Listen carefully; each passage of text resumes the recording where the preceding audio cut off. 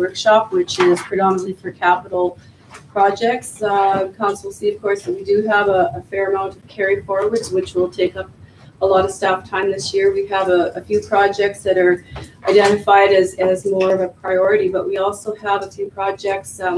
All the capital that we have on here is within our $2 million budget. We kind of go around that to stay within our asset management policy. So all the projects that we have in here fall within that, so it's not going outside. However, of course, we don't know how many of those we're going to get done throughout this year because, we only have so many people to do them. So what we're going to do on here, and you'll see fairly quickly that we're going to have council have the ability to be able to choose some projects. We put down 7 projects that council would maybe like to identify that they would like to see done, and that would be kind of what we're going on as.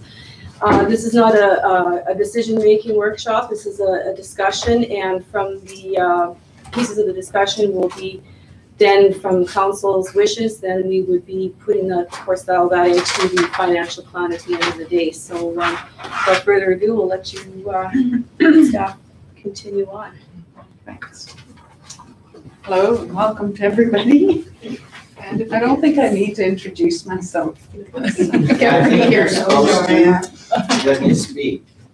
They said that you have to tell us who you are and For the record. And since we're kind of a bit crunched for time, I'm going to whip through mine fairly quickly. A lot of it's just the same as what I did last year. So if anybody has any questions, just jump in, I guess.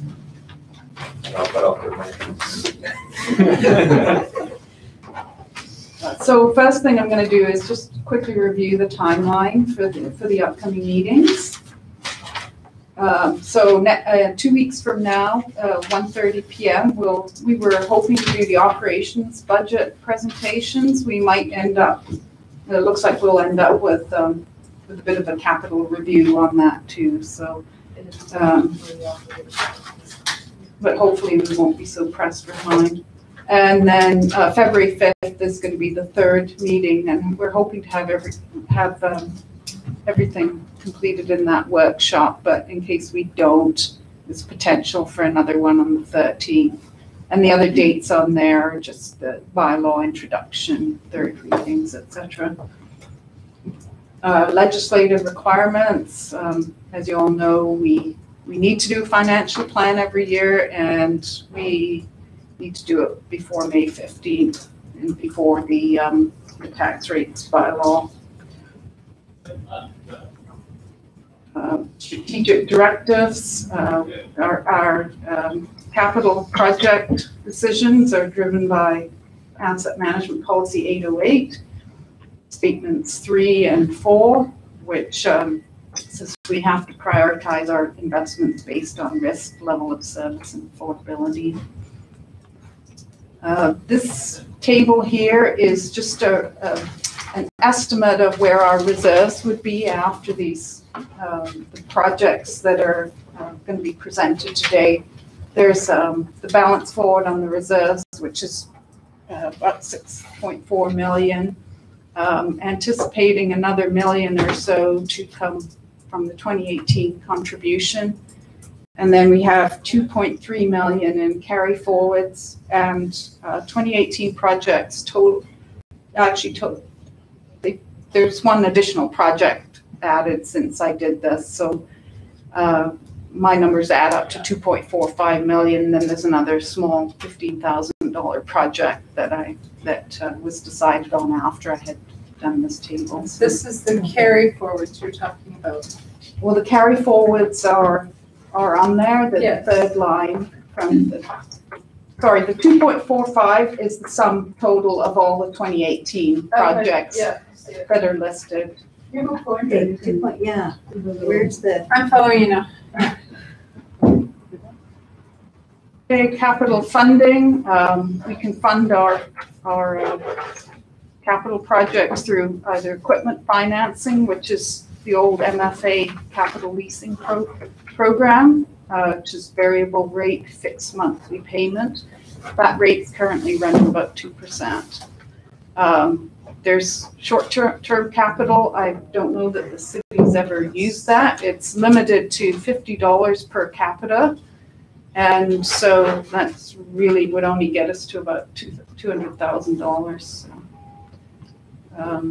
Loan authorizations, the long-term debt financing. It can be from 5 to 30 years. It's set for 10 years. It's quite a lengthy approval process.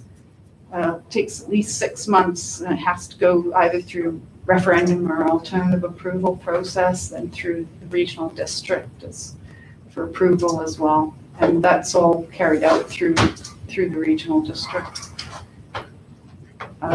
Temporary borrowing is interim. We currently have 2 interim loans right now for capital projects. That's the West Side Fire Protection and the multi-utility, which are a total of $5.5 million. We haven't used too much of that. We're at about $1 million on the multi-utility that we've had advanced against it. And I think it's about $370,000 on the West Side Fire. We do have that in the budget for this year again, though. Say multi-utility, you're talking 22nd Street? Yeah, 22nd Street's what we currently are using at 3rd and 68th. This is where we're at the end of 2017 with respect to our loans. What we've beginning balance, we've drawn down $188,000 with respect to 22nd Street on the interim loan. We've also repaid some principal on that. So our ending balance on loans is about $3.5 million. This is just a bit more detail on anticipated borrowing for our current loan advances that we have, and then there's potential new loans is on the bottom part, and that would be what we have budgeted for the rest of the West Side Fire and 22nd Street. And then the next council workshop is on the 29th at 1:30. And I'm going to hand it over to, What's her name? Operations and Engineering. What's it? Let's see. All right. So we got quite a bit to get through in the next hour, so we'll probably be moving fairly quickly. I think the idea is that we'll be leaving you guys with these tables to have a look at, so you can, in the back. The tables have a bit more detail on each of the projects. So on the screen, we're just going to be having a very short summary of each project on the screen. And then in the back, we've got the tables ordered. So the first table in the very back will be carry forward projects. And then the next table is small capital projects. And then the third table will be larger capital projects, proposed capital projects. Is the chipper working? Okay. So let's talk very briefly about the capital planning process and where the projects come from. So for 2017 budget approvals, those are our carry forward projects that have already been approved. Oh, you're missing some. I'm missing a bunch. Yeah. Oh, you're missing the presentation? Yeah. Yeah, no, I think, yeah, no. past the original, yeah, that's, I don't have that. wow. You want mine? You look good, but you have it. Oh, I'm pretty sure I do. I've seen that picture. In there? It's on the back page of the, Yeah, but mine hands are here. Mandatory, what do we got? Process plan. That's what happens. Somebody gets two you. on it. What? It's missing in there, I don't see it. I don't have. Yeah. Wow. Is it in mine? Yeah, you've got. Yeah, Oh, that's it's a here. conspiracy. Oh, no, I think it was my fault, actually. I pulled it Pretty much, out but I'll to share make mine. some Mine will- photocopies. I got it. I was racing around. Have anybody wants any? Catherine's just printing some Oh, Oh, no, we've got some printed over here. Okay. Oh, In there is this there? somewhere. Okay. Yeah. Oh, I got okay, you got your own, you sure you don't want mine? You still have to do your homework now. Doing a bit of running. Sabotaging, she's sabotaging our presentation. So capital planning process, these projects came from strategic priorities identified, our asset management plan, and community and economic development. And that's how we come up with our potential projects for 2018. So community and economic development come from the official community plan and discussion with the development community. Our asset management from our 20-year capital plan, our risk assessments, the asset management investment plan, and of course, our policy of the week. And strategic priorities come from community engagement and strategic planning process. Can I ask a question? Are any of those projects or where they come from weighted in any way? They will be, yeah. Okay. So, yeah, because we use policy 808, so our risk, level of risk, desired level of service affordability are what we use to assess the projects. Okay. So this is just a short list of our carry forward projects, and the first table at the very back is the carry forward project. So it has a bit more information about the status of the projects, sort of percentage complete, and how much committed, remaining. And these are all previously approved, so we probably shouldn't spend too much time on it. Quick question, how many of those projects are actually carry forwards from 2016 or 15? We'd have to get that from Julia. Is it just maybe one or two or quite a few, or what do you think? Gosh, what do you think? We've got the wastewater treatment plant, the UV, I believe. We got the grant in 2016 for West that. Side Fire Protection. If you go back to your last year's budget, Councillor Butler, the pages are there. Yeah, I know, I just thought it'd be easier to cheat and ask the teacher. Yeah, I should have brought that up. There's a handful. Juliet has the tape. She can probably get those. And the Kettle River side, or the sidewalk. Yeah, that one, there's 3, I think. So we're slowly getting them off the Thinking box about anyway. About 8 total, because there's quite a few smaller ones in there. I think we've got some very small carry forward amounts on them, but yeah, there's a few in there. There's a few of the carry forwards that are going to come to council tonight to reallocate for different reasons. So the Wayfarer signage, I see it's still in there as a carry forward. Well, do we know a timeline on that? Will that be in time for the summer season? That's Kevin's working on that, so I think he.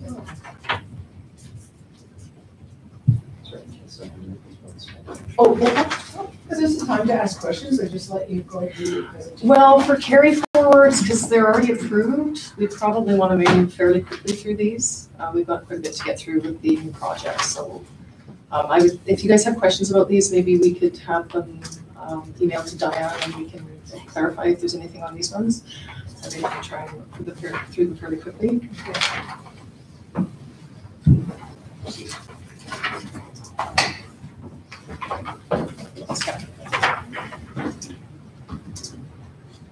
Can I just ask a quick question about the pages anyway? Because we have this chart on the carry forward projects that's quite small, and then we have the one page that's double-sided. Yep. Is this just, is this enlarged? Yeah. Okay, because I see that the holder replacement, looks like the fleet for 40,541.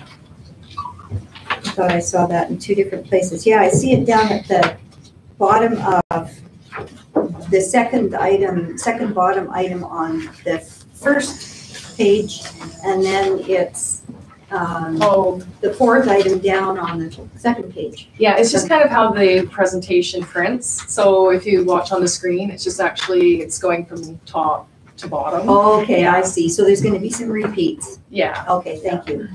yeah, it's just that the Right. presentation might not print Thank you. quite. Great. Overlapping. Yeah, thank you.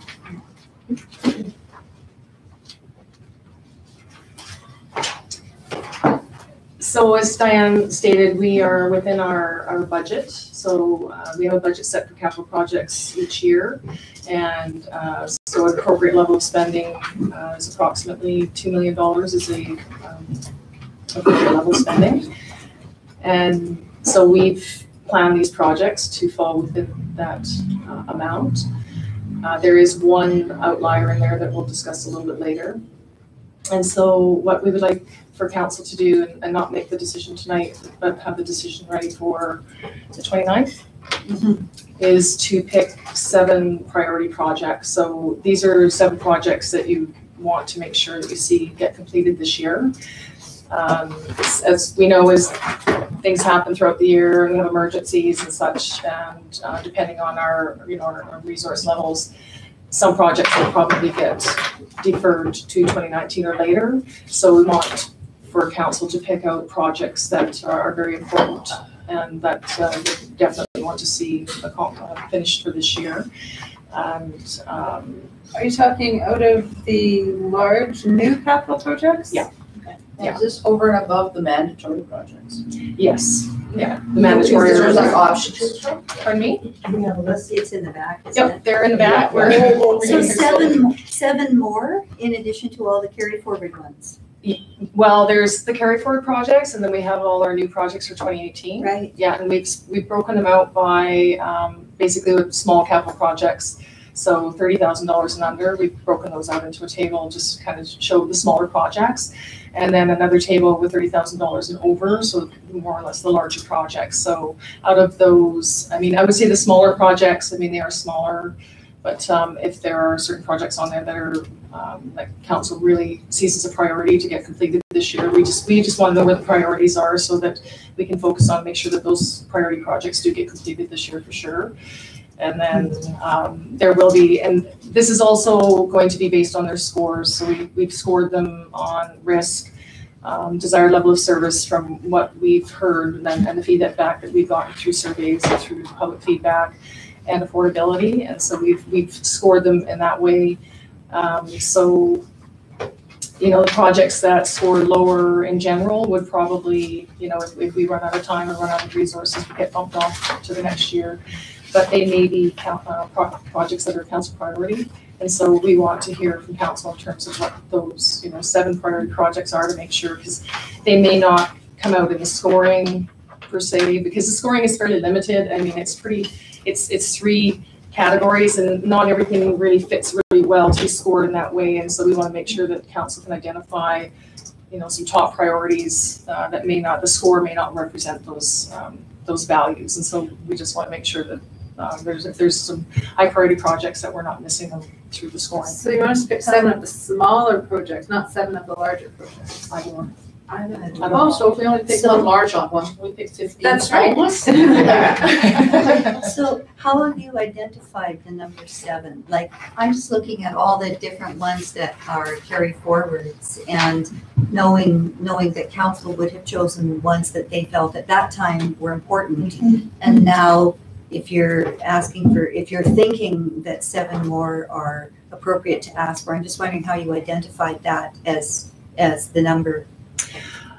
We just thought about it in terms of what our workload is with carry forwards. We have a lot of carry forwards for this year.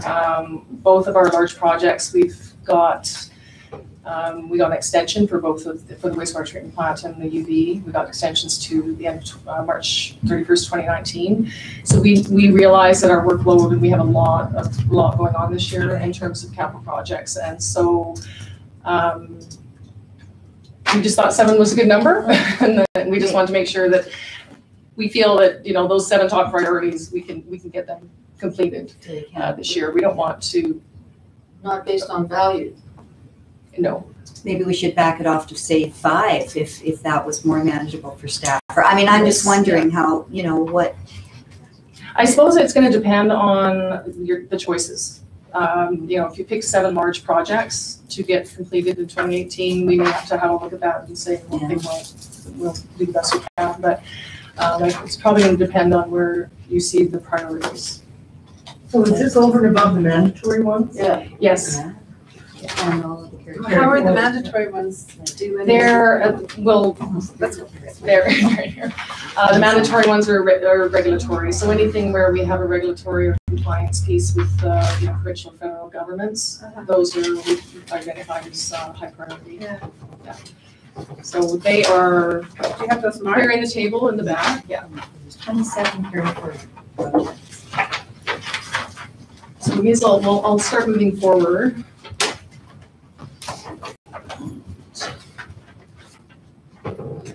So we're gonna start with Daniel and corporate services because he's got something a little bit special here.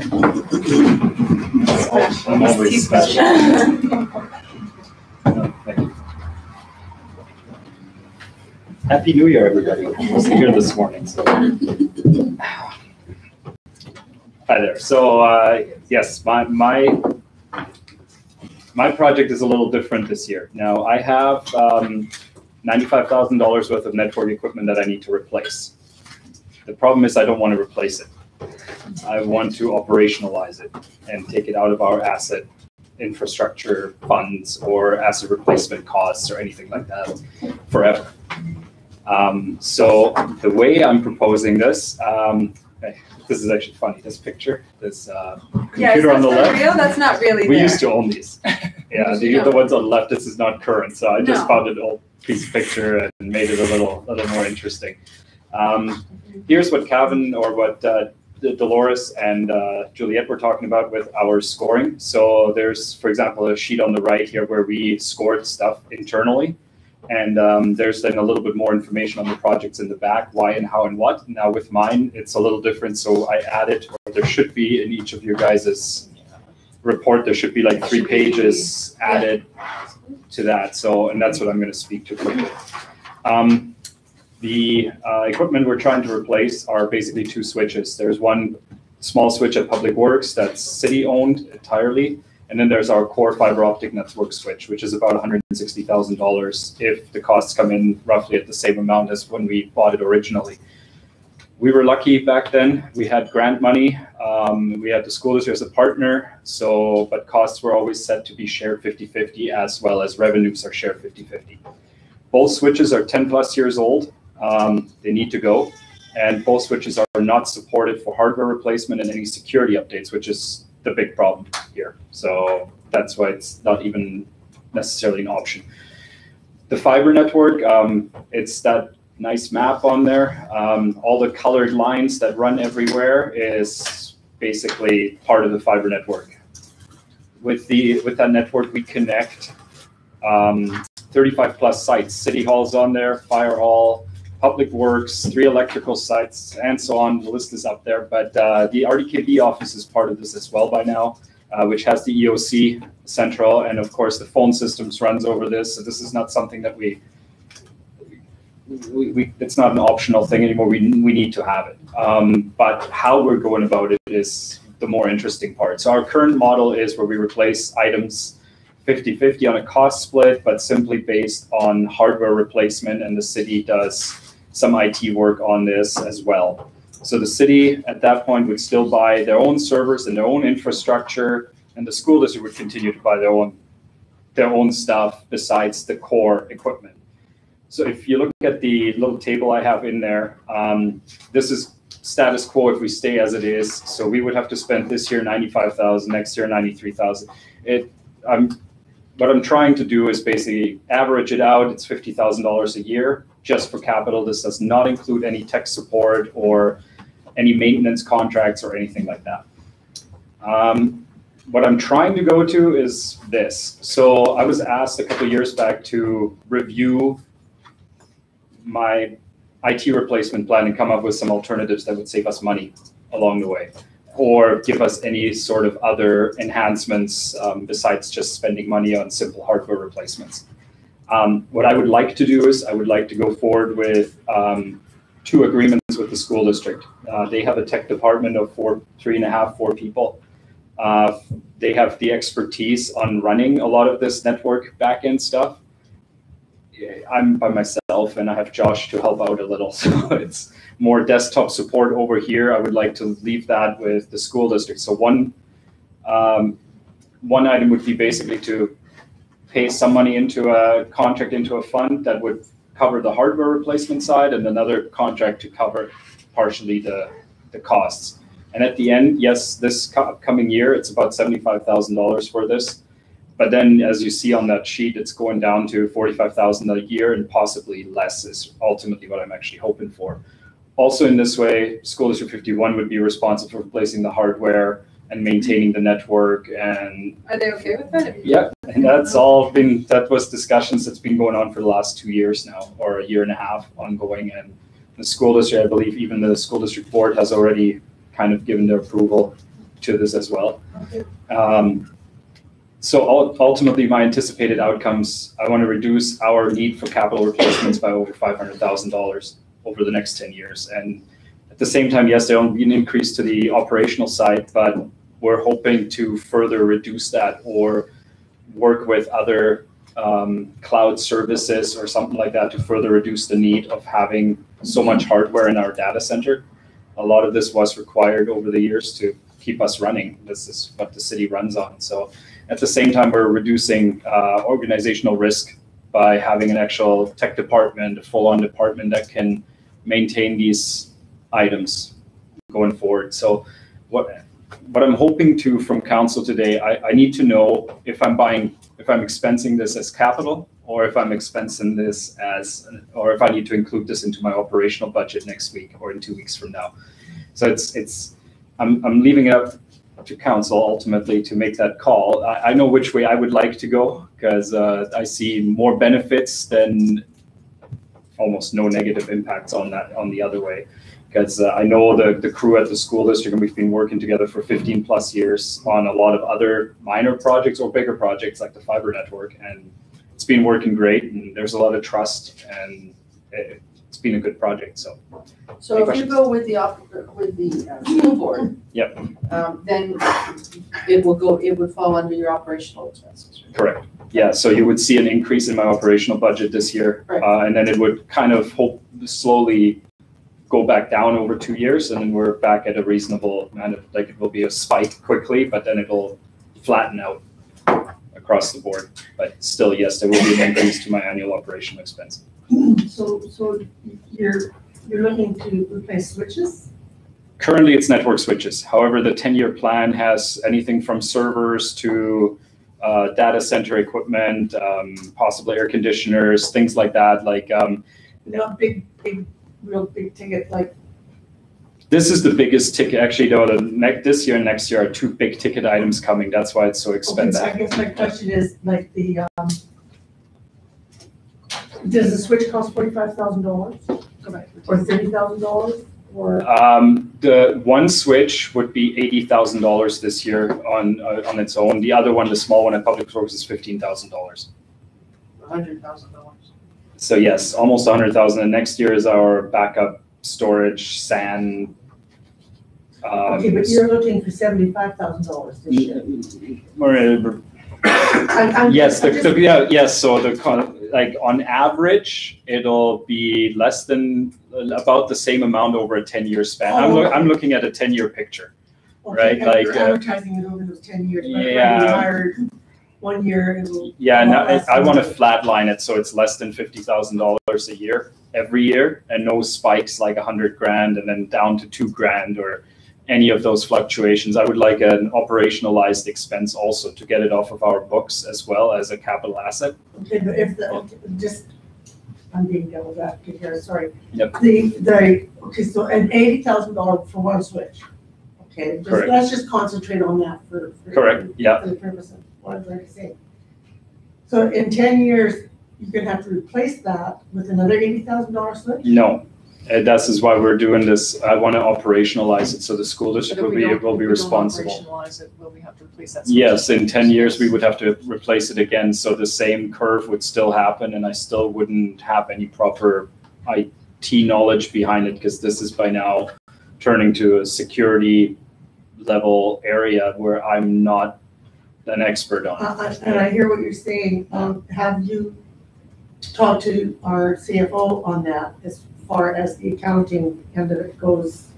for Yes, asset? Juliet and I have chatted about this, otherwise it wouldn't be in front of you. Yeah. And Diane and myself have had meetings with the school district, the secretary treasurer, Yeah. along with IT department So and there's the. no issue with what you're proposing? No, we both think it's a fair solution to make this work for everybody involved.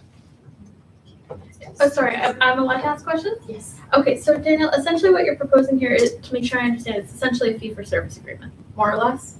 Yes, kind So of, you yeah, they pay would, the they would, school they district would a be in certain charge amount? of the network, hardware replacement cycle, and I would rent space from them. Great, thank you.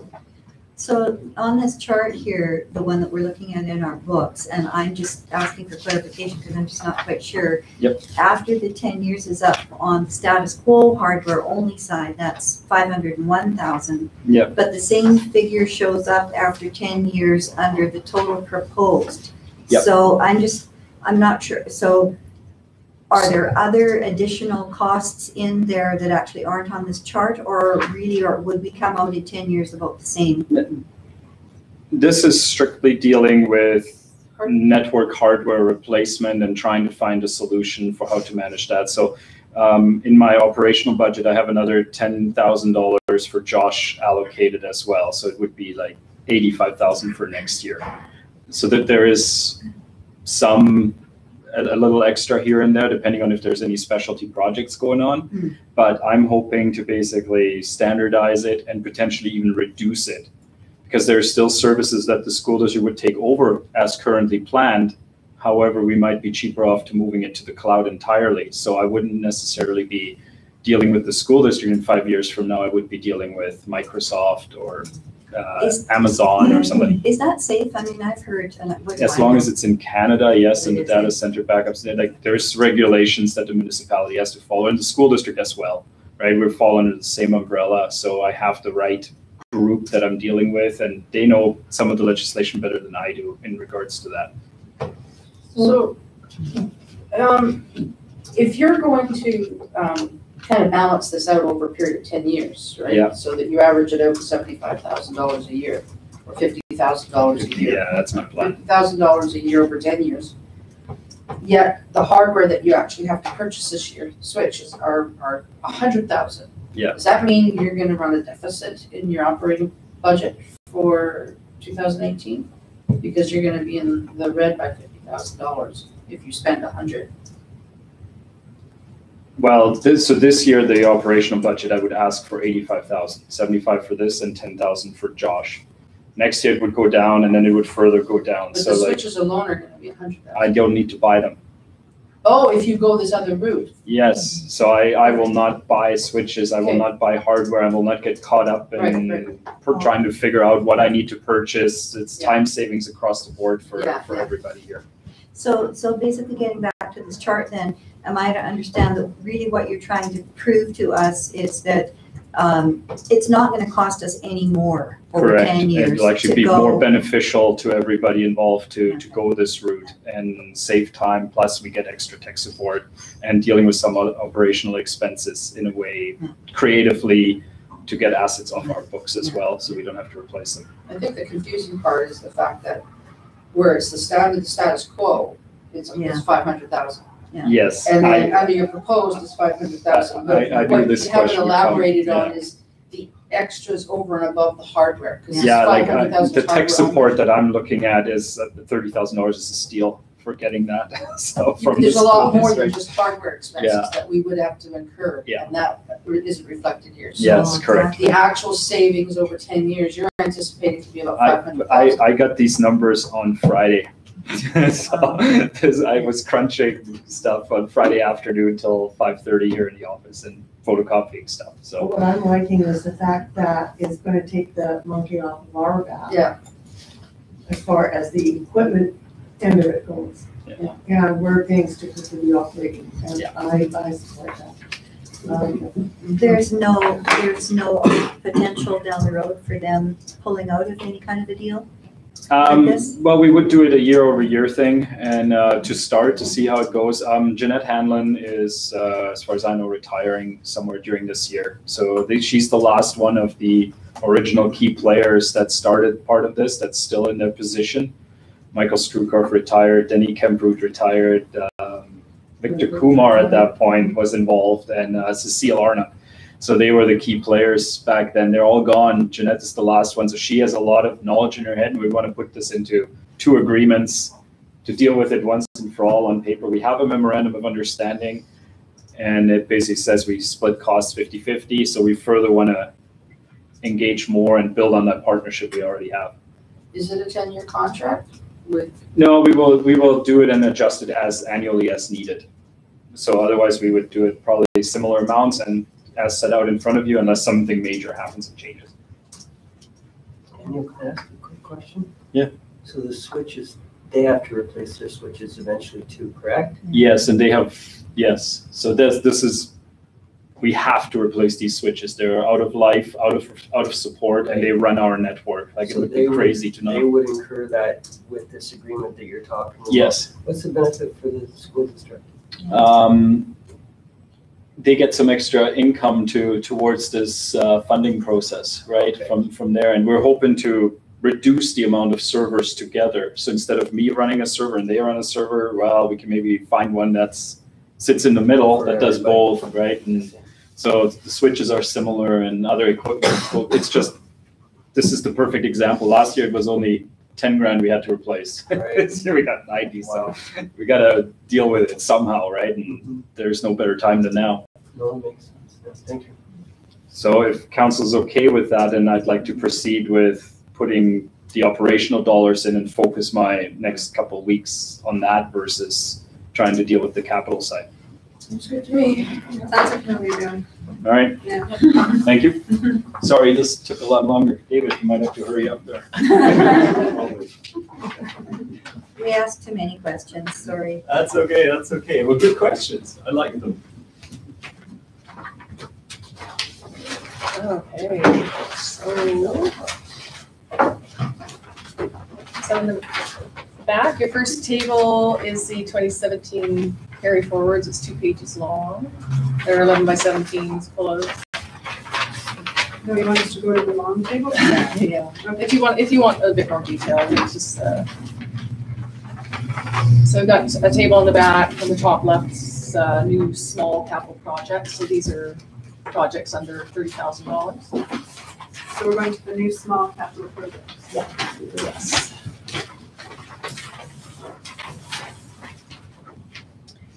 So these are organized by category. So we have electrical, engineering, facilities, public works, water, and wastewater. And other than that, I don't. So we're only picking 7 out of these and the big ones. Yeah. So there's lots of options and we'll get done. Oh, yeah.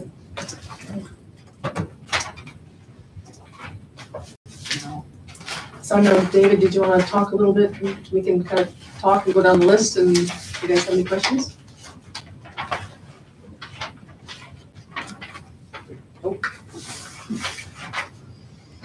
Yeah, I'm not sure if council has any questions about any of the projects on this, this slide. The fuse coordination study is basically within the system, or the primary system for the electrical distribution. We are changing over to 12 kVA, so it's gonna kind of have to be rebalanced and refused accordingly.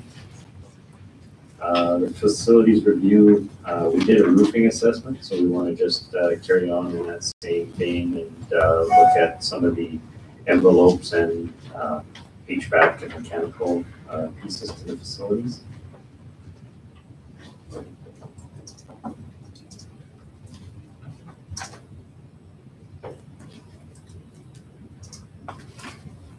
Then we did add an emergency facilities fund, just in case we had any significant costs that come up unexpectedly, like roofing leaks or various other things. What needs to be done to upgrade the background washrooms and sites? What was the plan there? You want to speak, please? Yep. So there's a couple of plans for the campground One is to increase the capacity of the washroom building. That's one of the pieces of feedback we've heard. When the campground is very busy, it's overloaded. So you're And- talking the bathrooms on the west side? That's right. Yeah. And another piece is to systematically upgrade the sites themselves. The project, like the campground project itself, is not built out to where it was supposed to get to. So this would take a small chunk of cash each year and apply it to putting in more turf, putting in some irrigation for trees or more trees, just kind of make it look a little bit nicer.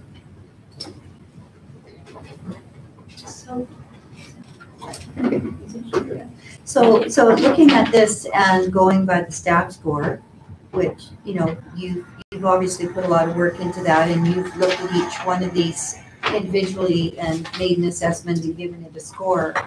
If we look at that and we go from what you say is the most important down, would we be looking at, like, the lift station pumps you got as a 29, you got that emergency fund as a 30, and then just sort of winding, like going back from there? What would be next? There's a 27 on there, the 7th Street storm sewer. I mean, is this one way for us to possibly approach it? Is that we look at what you guys have already identified as the highest score for priority? And maybe look at those, and then, because otherwise, are we going to pick and choose 7 out of probably, what, 35 or so projects? It'll probably take some, like, you know, you take it home, I think we have to look it over, right? And actually read through all the information you've given us to be able, and then come back with more questions probably. And again, all these projects are funded. They're within the criteria to do them all. We're gonna try to do our best to complete all these projects, but it's to ensure that council, if there's something that is really near and dear to your heart, that we really focus on that before we do some of the other things. Thank you. You've done a lot of work on this. I really appreciate that. The ball diamond rebuild was a request from Junior Bay Group, I believe. For which time? Yeah, they want to The do Dick Bartlett and make it more like James Donaldson Park with a raised mound and further lead. Is there any consideration for the bleachers at James Donaldson? Sorry, for which? Bleachers. The bleachers? Yeah. What did you want? They painted them last year quickly before the tournament. Put a fresh coat of paint on, but they didn't strip the paint off previous. And so it all blistered during the heat, and it's just all peeled off again, and it's all rough, so people can't sit on them. So something needs to be done before those bleachers can be used. So I was just wondering if there was any consideration in there, if anybody even looked at them or noticed. Yes, we did pressure wash the bleachers and then paint them. But that would be an operational piece. It wouldn't meet the capital threshold to repaint them, so. I just would like to ask for, you may have already answered this, and you've got 5 mandatory projects. The 7 you're asking us to choose are over and above those 7 mandatory projects. Yes. So what she's saying is they plan on doing all of these, but she wants 7 from us for them to definitely complete this year that aren't going to be carried forward to next year. Well, in addition to the mandatory. In addition to. Yeah, okay, I just wanted to be clear on that, Yeah. so. So the annual emergency facility fund, is that really optional? I mean, it says it's annual, isn't that automatically carried over into the budget every year? This is a new item that we added just because we had a roofing piece in previous budgets that we tried to put off, but it's kind of a placeholder because there was nothing for all the facilities, and that was very specific, so. So don't we have something called a contingency fund? Like, is it called something else? Now it's called the annual emergency facilities fund. So it's the same thing that we had before. You have an emergency fund for roads and maintenance too as well, don't you? For water and sewer. Water and sewer. But we didn't have one for anything else? No. Oh. This is a rose by any other name, is that? I'm surprised we didn't have a contingency fund before. Because I feel like to be We able like to review scrambling. these and, you know, weigh the, We like you know, scrambling. as opposed to. Exactly, there. On your annual low impact stormwater program, I've noticed throughout town that, you know, it's an older town. I don't think we built it properly with all the amount of storm drains that could have been put in. There's a lot of pooling that happens in the spring in different areas. So this program would be to help divert those areas that would normally see springtime issues. Is that, to do it in a way without using storm drains? Is that?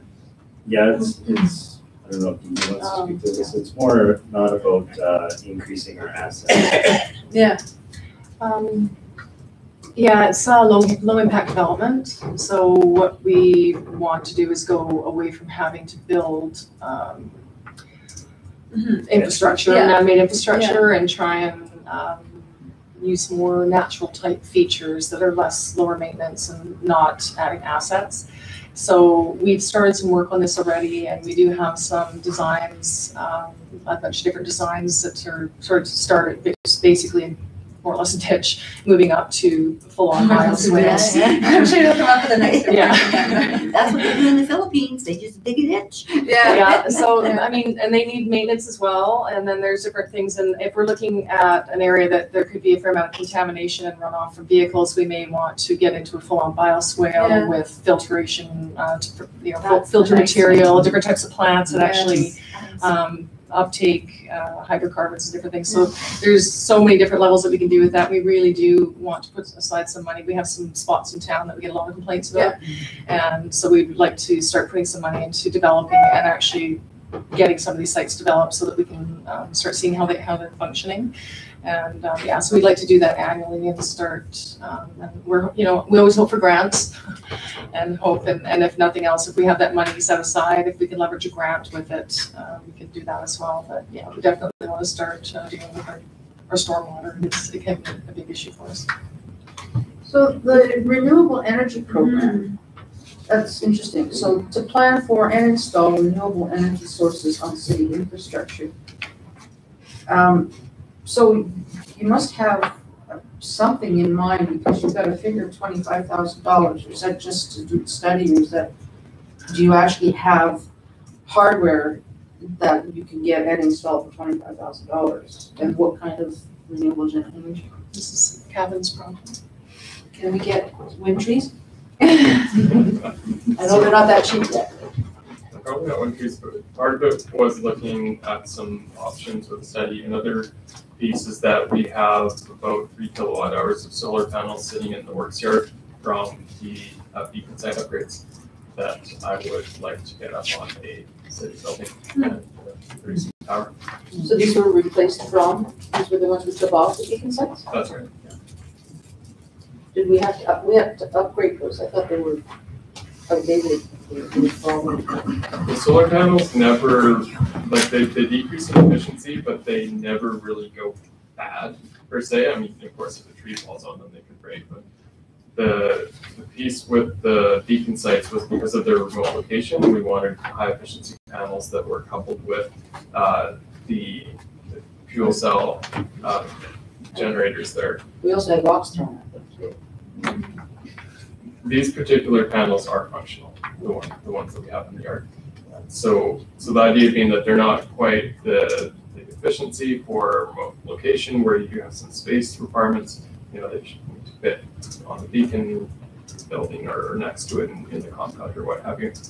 On a building, especially something like the wastewater treatment plant or the public works building, you have a huge roof, you have all the space you need. And it doesn't really matter if the panels are only at 75% of their original efficiency. Right. Okay.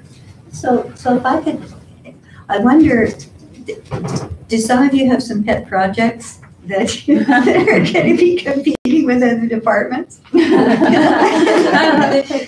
So I'm wondering, are council is the buck getting passed on to council to make some, some dirty decisions? No, I guess because you guys know your jobs very well. And I'm just wondering, like, if you all were to come back with your 7 highest priority projects. Well, that's what they did last year. You gotta sell them to us. But we also have to pick 7 out of the new Well- capital. We haven't looked at the big ones as well, right? Yeah. But then I'm thinking, like, if we saw what they thought was important, and then we can individually look at it ourselves, but not having any idea other than your numbers,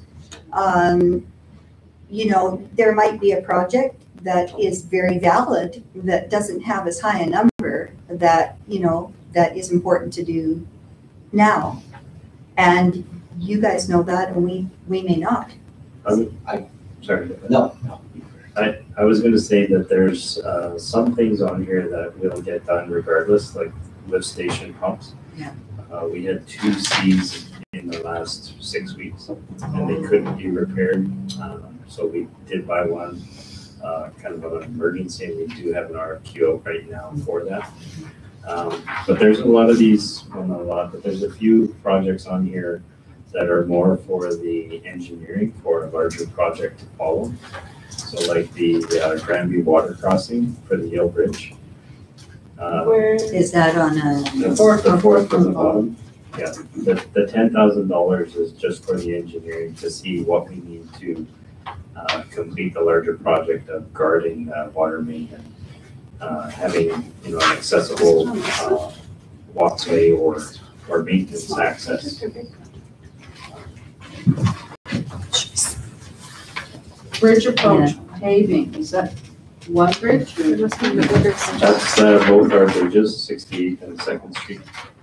So just an apron off the bridge. 'Cause right now they're fairly rough coming onto it. It creates a lot of vibration on the bridge. and that one section, I don't know if that's been dealt with, the one section in the middle of the bridge, there was a big hole there. I don't know if that's been dealt with or not. Right. On the second bridge just down here. Come under just regular Well, that piece was, it's actually gone to the wear point where we're looking at replacing the deck on that bridge. So the metal actually came off during plowing, so that was put back on, and we had some repair work and redid the gaskets and that type of maintenance, but there is a larger capital project coming with it. And that wouldn't be listed on here. Not yet. that well 1 decommissioning, is that the, we've been talking about the rec commission, cement block building that's in the parking lot there? That's, okay. So at the time, well 1 was decommissioned because there was runoff from the gas stations found in the well. Has it been tested recently to see if that's still there, and if it's not, is it possible to reuse it? Well, I'm not sure though. Chevron paid the city out substantially, when that was in the 80s? 80s, I think, yeah. And there was, I don't know that that property has been cleaned up the way downtown Shell was when it ceased operations. But, yeah, that, I'm assuming that the gas tanks have been removed from that property, I don't know. But, I think it's up for sale It is now, could be, so but. I think the remediation time has gone. But I don't know what impact that would have on the well. But I know that when the city was paid out, it was well over $280 some odd thousand dollars, which was a lot of money back in the day, Yeah. so. But I'm just wondering, 30, 40 years later, is that site now clean? Still contaminated. Is it still contaminated? Well, I imagine the soil Yeah. is still contaminated. The water Normally and it's the- in perpetuity. Whatever they do, it has. Yeah, that's part of that project is just to make sure it's still connected. I believe the pipework, the valves are closed and the pumps are taken out and that, but yeah, there's quite a bit with that project because the building is not safe. So there's, at the very least, needs to be a building assessment or see what needs to be done. And if the test is still with hydrocarbons, then we need to have a separation gap, so.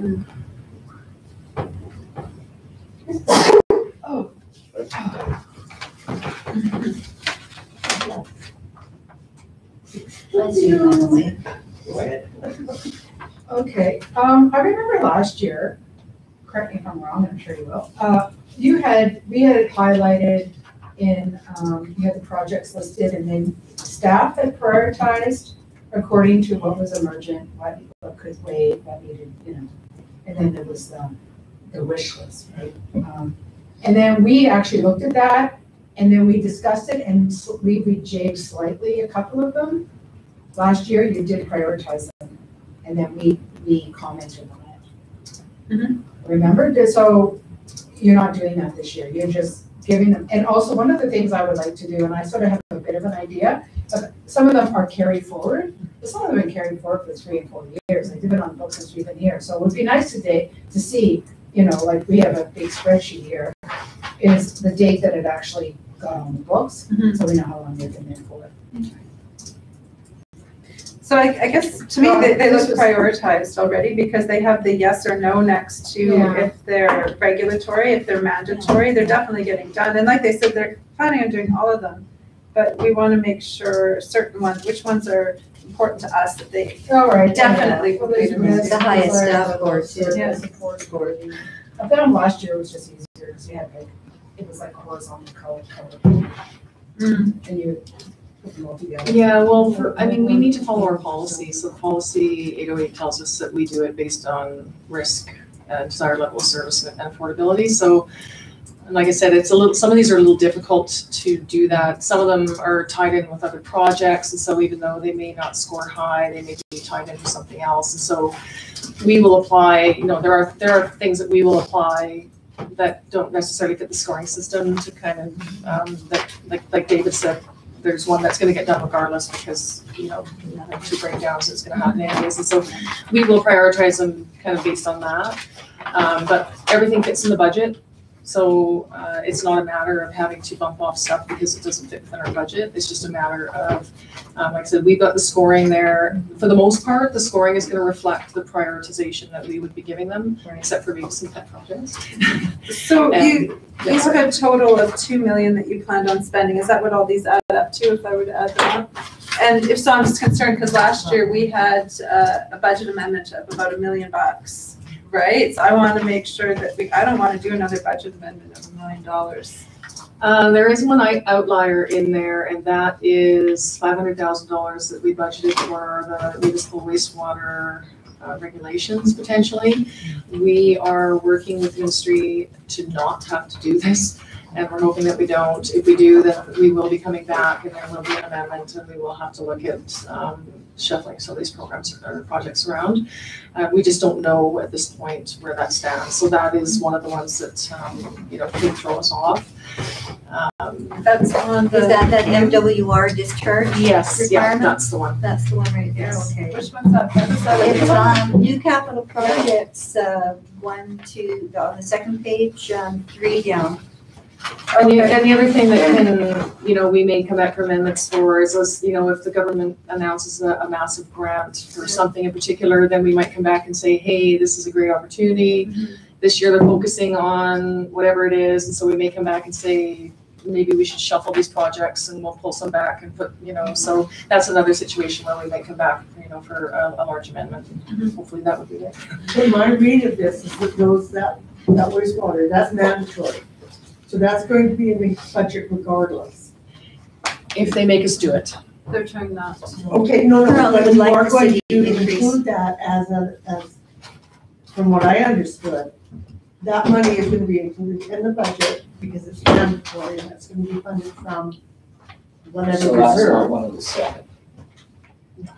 No, it's not one of the 7. And so that would not require a budget amendment because it should already be in the budget.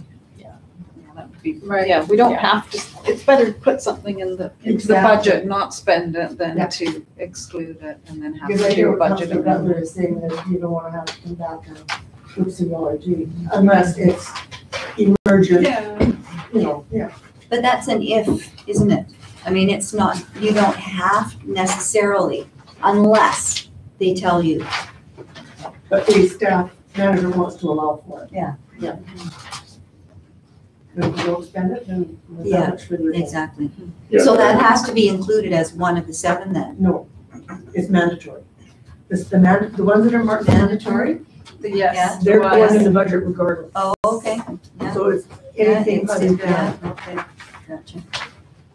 So in this it says, the Sagamore Airport waterline extension to reduce fire flows at the airport money to facilitate development, $25,000. And then if I go down to page 2 of, actually it's page 3, in capital projects. Yeah, we've got, There's it's 2 split million. out. There's a 25,000, there's a $75,000 project, and then there's a 2.48 million. So the 2.48 million is grant dependent, and that was 100% funding. So we're waiting on that announcement. If we get the 2.48 million, we don't need the $75,000. What we're doing is we're putting aside money to continue with the airport looping project regardless of whether we get the grant. And so that 75,000 is actually, we have an opportunity out there right now with a developer that's subdividing.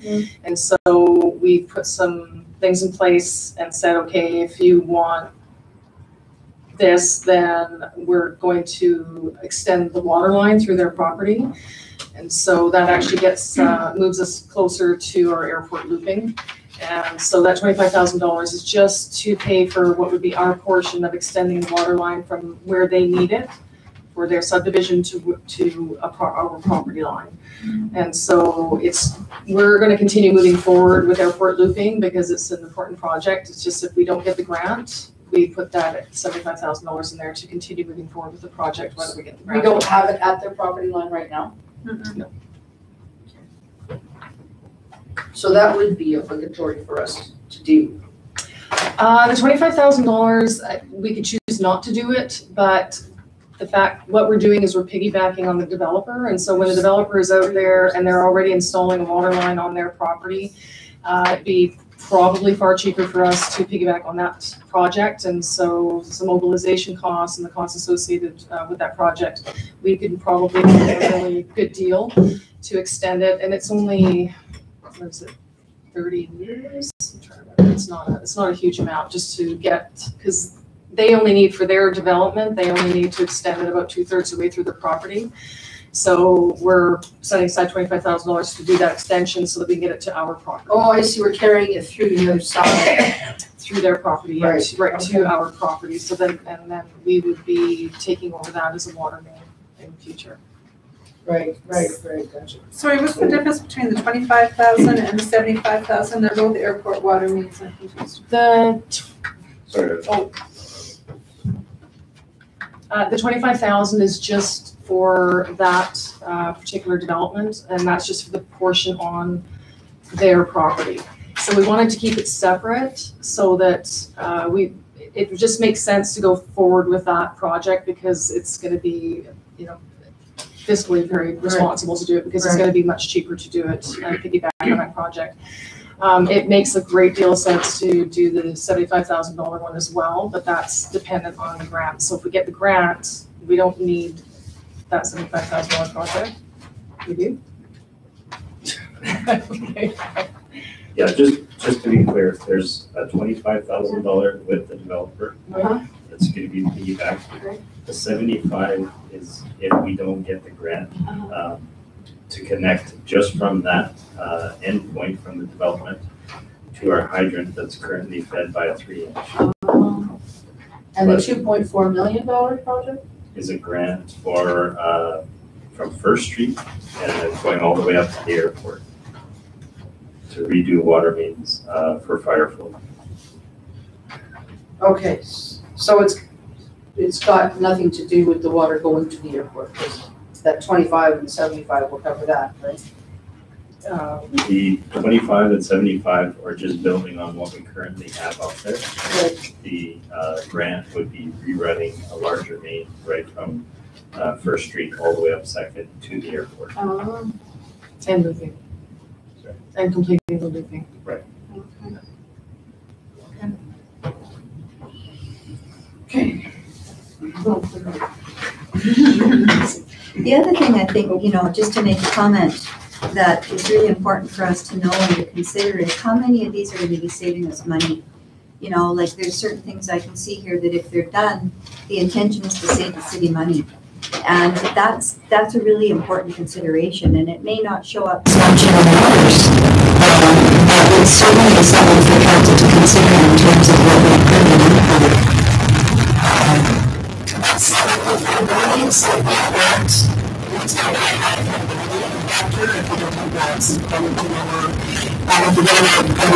In the situation where we're backing on the developer or the movie higher affordability, so we kind of break them into the summer.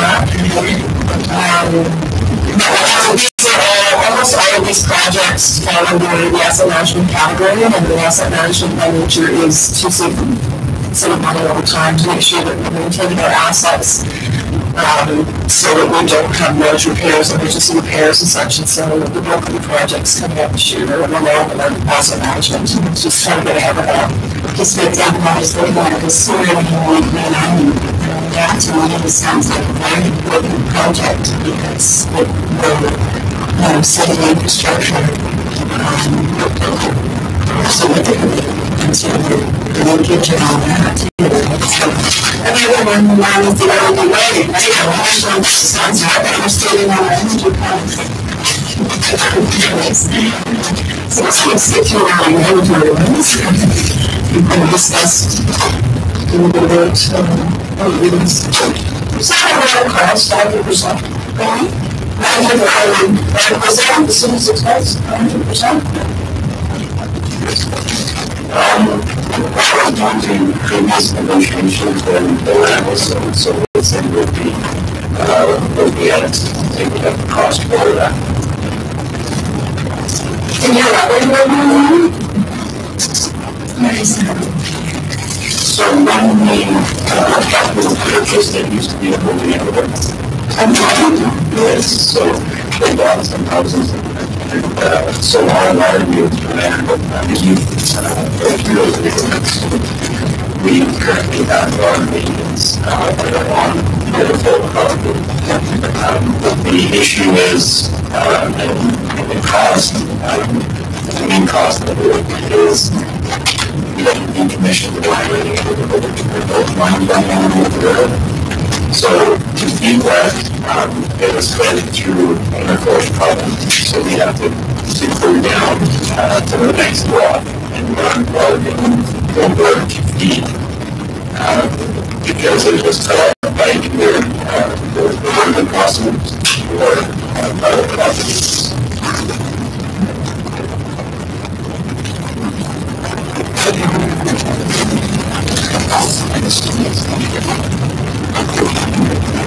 So you have to put on the model and then the process. What I have to do is make sure that they're becomes isolated. So we have two residents that come in and then we'll put these initially we're going to take care of the third one that was coming onto their property. But we have to film it what's the test street, so we have to go down over because the other crossing was feeding that power in the previous thing. When I see the issue or decommission, we have to service 3 houses, so they have to fix the water.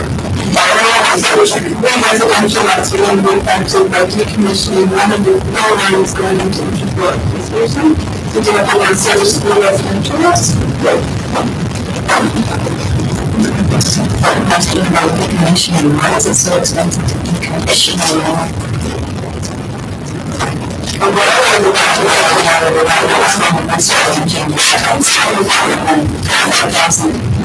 So that's I didn't was the water testing and the capture the pipe to the water mains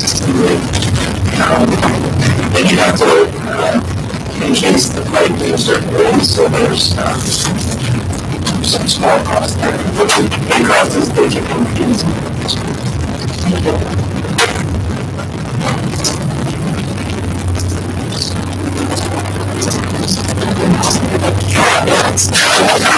So that's just our 22 last thing that we did.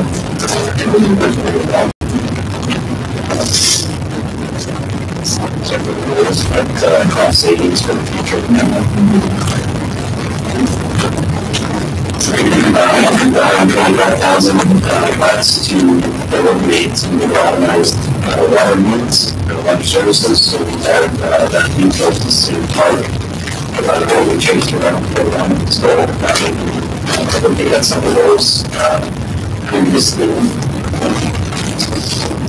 This water with issues with water services that have had issues with that with us.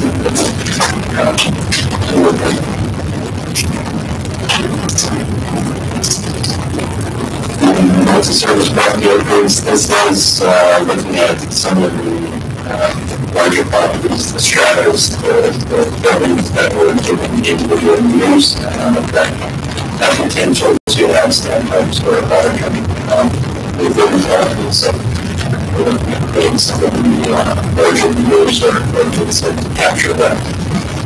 There's $50,000 to see what the cost of to, but maybe we want to put some money in the financial stuff for the situation.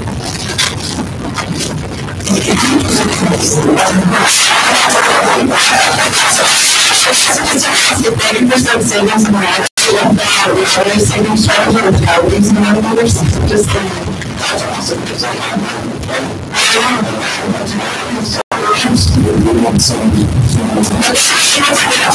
usage by 30%. That was an alternative measure.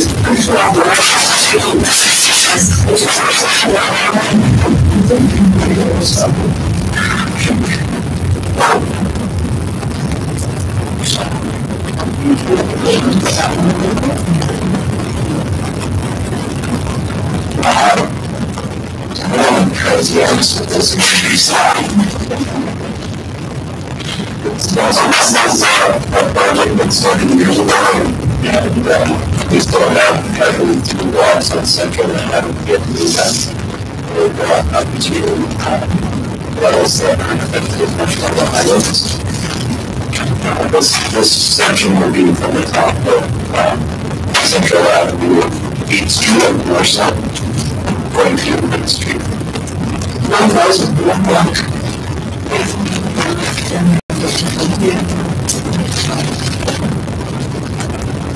So this is the main non-resident sales structure. Additional safety features, what's the additional? We put everyone talking. It's kind of different options, but also there be expert company at the smart just to go that you need certain would be essentially the mindset of the owners.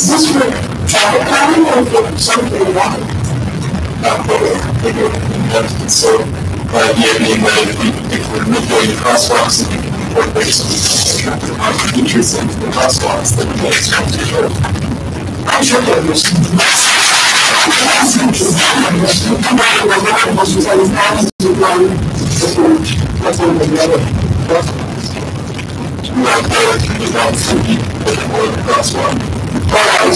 so this is a crosswalk.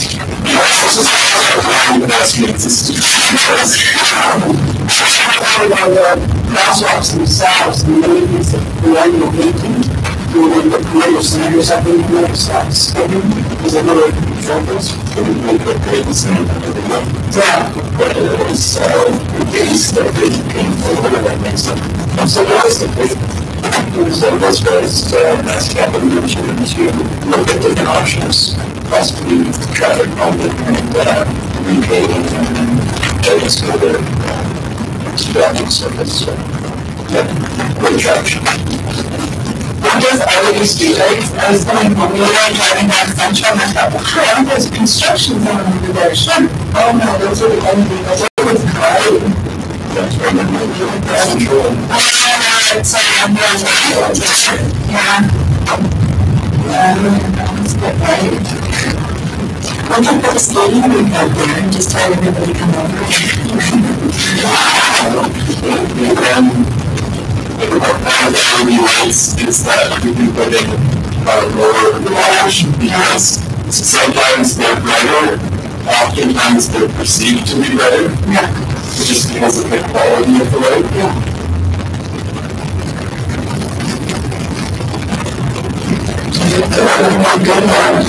That's part of it was that we kind of ongoing, instead we were looking at taking out some of the copper conductor and transporters for replacement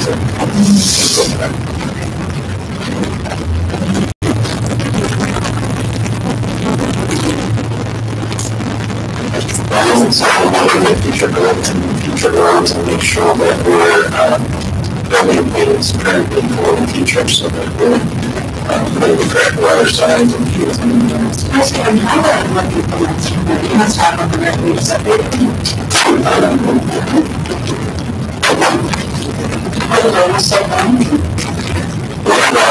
We're building downtown long-range items of this, so with our top substations and what we're looking at for the long-term master plan for the electrical projects. How long did it take us to locate the 100,000 savings? We probably want 5 or 6 years.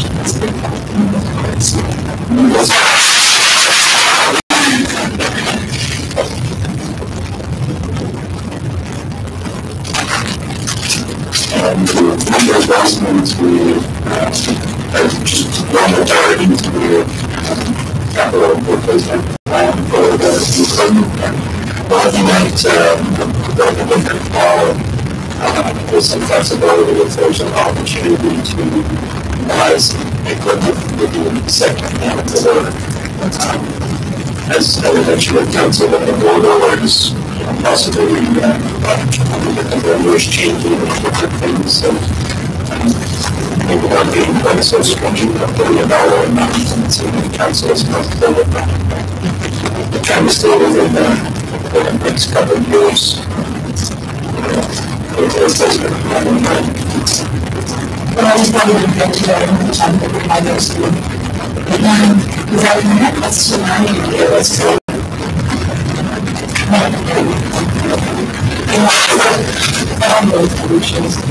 Yeah, I was just thinking that in case we save some money last year, is there any way of using that money to offset a tax increase rather than spending? So doing taxes private,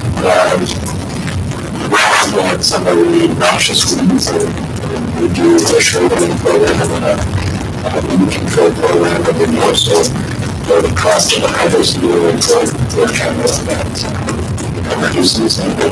And the passengers, so you guys in the competitive hydros with it, so that the city is increasing the hydros, so that it actually goes to most messages to see the chance to work with so that's just what I'm saying, we're talking about it's probably without the ability to relocate that's what I'm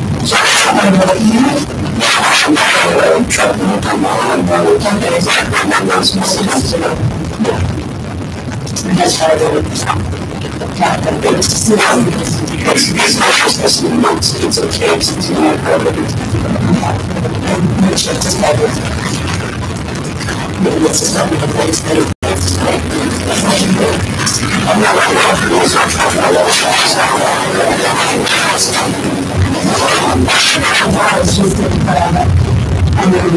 I think that as a package, so you got to play the book in terms of outside of the city and communication and so it's just that combination of city and just everything coming together as they are and other new transfers and package. So what kind of workers to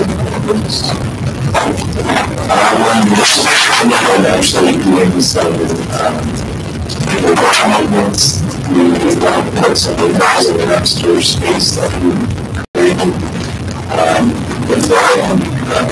It's been the same since 1986 as well as so in an industrial setting, it's it's very long and in certain rhythms and it's been several layouts changed, so just trying to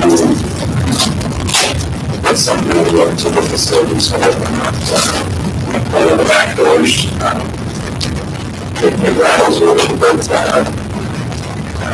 The contractor would come in and actually support the concrete by removing doors. It just means a little bit of listen to make sure that it's functional and necessary updates. And the other thing like that is basically we have kind of a space upstairs where we can sit and do training, do online training and safety training.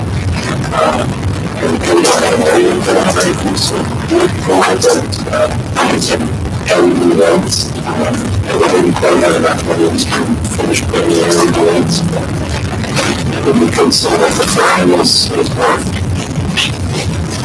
probably not the best, but it's still a long time.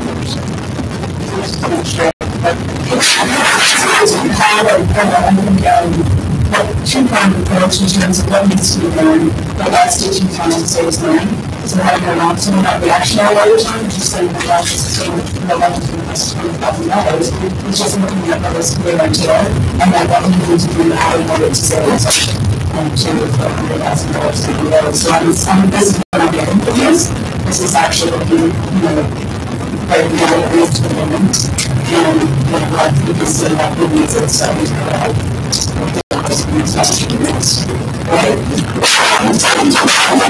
The space that we have the there's only like 2 windows in the cave, so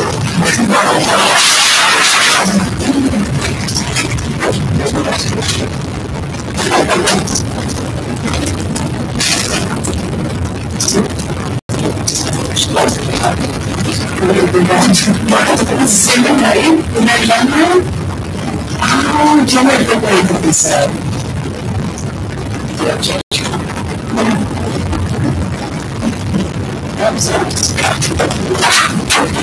I'm not going to make a decision on the 7th for 29th. So that's what I mean,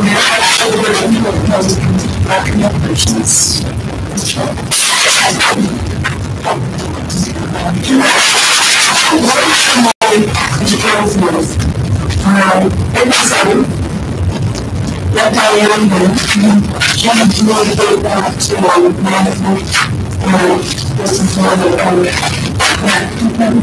around the map. Yeah, I don't need to talk to you. I get to come up with a way to talk to you about collaboration. There's a lot of ways to do it. So, here's my son. So, we see going to people down all which was the thing, and there's a lot of different ways of it. And we just thought it was just kind of a good thing that was just to have some savings in the budget, and we can't mention the budget. However, we were able to sell it, definitely touch wood and get a lot of emergencies and stuff because everything will happen first. The ladies try to take certain things and just we know step what they get done and then that's the priorities is what's not the second thing on the system. It's kind of the system. So I think it's just what I do with this. I appreciate that and I'm not thinking about it in the percent. I was doing transport on the country that because of the people now. I can say, well, I think this is a remedy, but I really trust enough on some management as well to say, well, to never advise them that actually this is not a good thing. So, I mean, I'm not sure that I have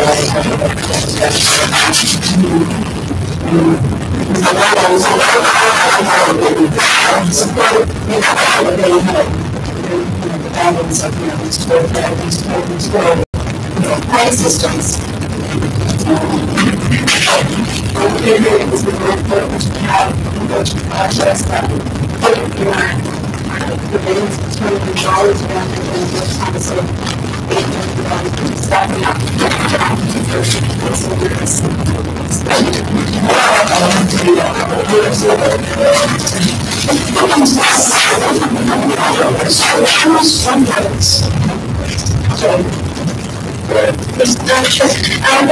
Turn it around. And that's the MWR district one. So that was something you can work with the province? We're working with the consultant that's working with us in the district environment and discussions on how to do that. So I guess an approved program is wastewater FFP district requirements. So that would be nice for everybody being treated and is discharged back into the water, is that correct? And so why would we not want to post it on that? Yes, that we have a specialist for the province, such as working with the ministry on this, is that most of us have a plan, Okay, so our current permit is meeting, and we're under the requirements.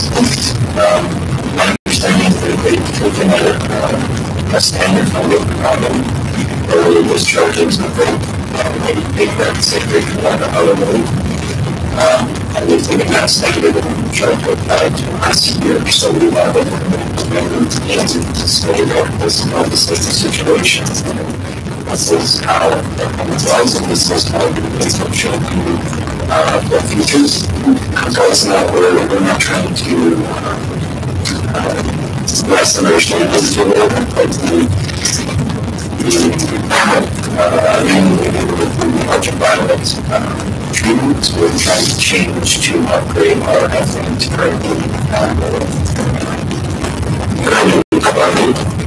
to disinfect and looking to use ultraviolet to disinfect. So it kind of triggered a few things that we're working on. So I'm trying to understand that the standard they're trying to set is for drinking water, but because ours is of drinking water, we don't need to be held to that same standard? It's not that we're setting a standard for us that doesn't really apply in the situation. So that's, we have a specialist consultant who understands this stuff completely, and so that she's making a case to the government to say this standard shouldn't apply here. It doesn't actually, there's no reason to have that standard for this particular situation. So that's, that's the little thing you're seeing in language. So it's not a drinking water standard, it's always an effluent standard. And for when it's recreational water or whatever it is. Thank you.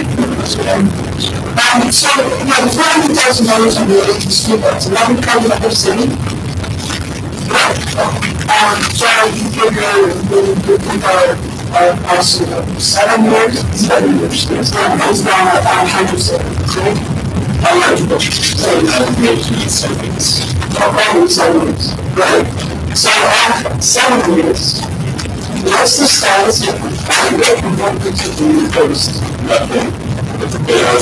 So after 7 cycle, and the driver has a 10-year duty cycle. So after 7 years, you put it off, you have 3 more years before you have to drive this thing. Replacement has to take it. So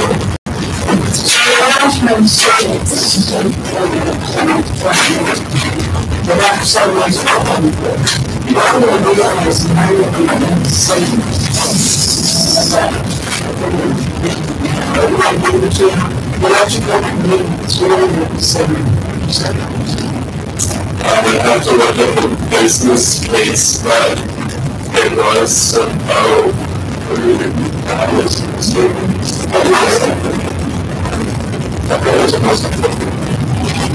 have to check that.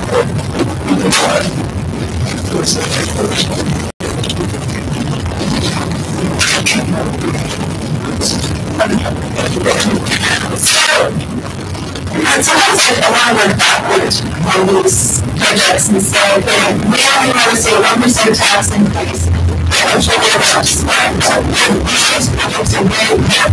And we were able to start mobilize matching to avoid these projects so that we then only pass along the 1% tax increase to the taxpayer. Is there any way that we can do that? Things we can do that. So this is the time that we're going to say 1% tax increase to how much can we spend and how do you know which projects we should do. I think that this is a long-term risk assessments, the asset management financial plan, the asset management investment plan. We're behind $25 to $30 million in asset replacement already. We just start pulling back, we just get out over time. I just did that, that's a cool class, it's nice, it's great, it's okay, I know we like it, but it's not a necessity. So I like it like the Starbucks. I think Starbucks are fun over there. It's not a necessity. So they've been like that for 50 years. It was the largest assessments without those increases. So I don't think I've seen a tax increase this year. That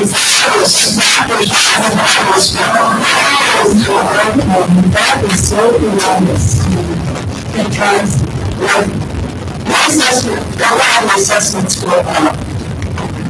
Not having taxes based on why, that is not necessarily mean our taxes are going up 1%.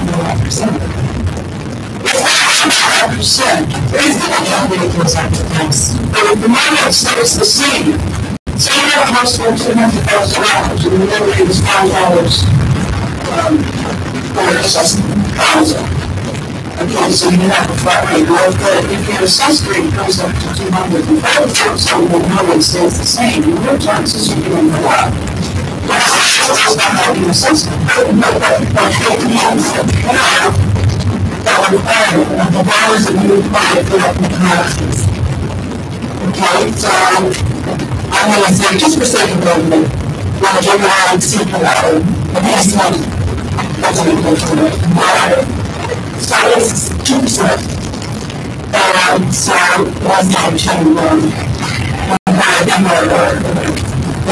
was close. The council was the taxes going up. Last year, we went forward.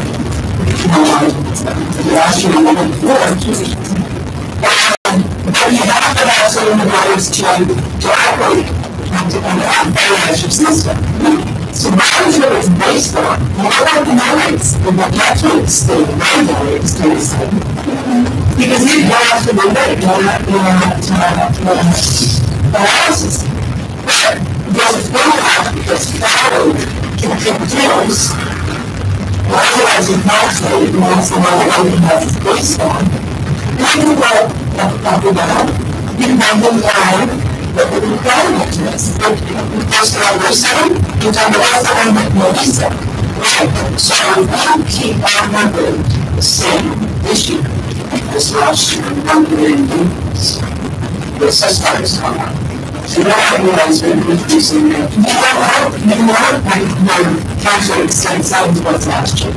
Well, in some instances, depending on the sex values of how much of that good lifestyle the CDQ is trying to achieve because of that, you could, in fact, decrease your rate because, just like you say, we have to figure out how much money we need to operate. And so just because if our property taxes, if our assessed value is about what we have, I don't know, somebody said it was at least 5%.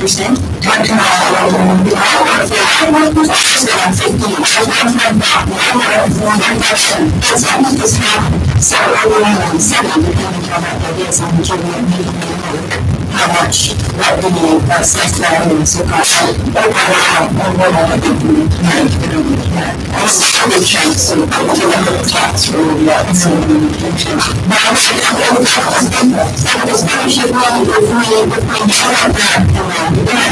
and we take that back to what Council Butler is saying, if we backtrack it to the point money that we need to operate, that is what we want to do. Just the way it goes, best decisions. The money is what goes up and down. Because if we have something that we don't have any control of, which is already assessments. this study doesn't have any way of controlling that. And it's still new, that's not the average top rate. So it's the high rate that we use. So if we have a real high, probability assessments, really high, then we could actually even reduce potentially that number. We could have done last year, but chose not to. And we achieved, I think, substantial, like we're looking at something like 50%, wasn't 50% or something like that, that we were trying to get? And I think we got it up to like 40%. So, what have that been in the actual revenue system if we stick to what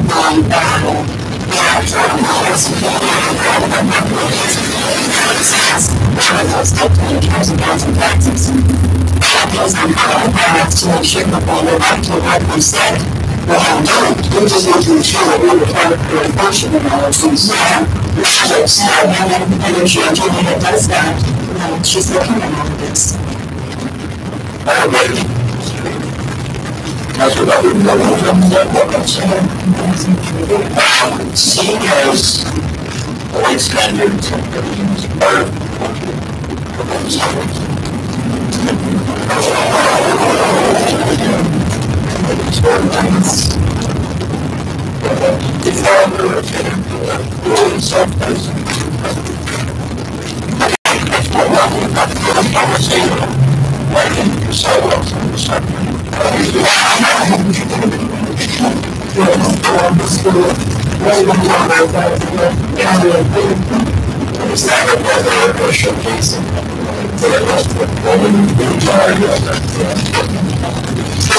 Like this across the highway, there's a few crosswalks, there's the road, two patrols, intersection 3, so it's kind of like a few places where we maintain sidewalks on both sides,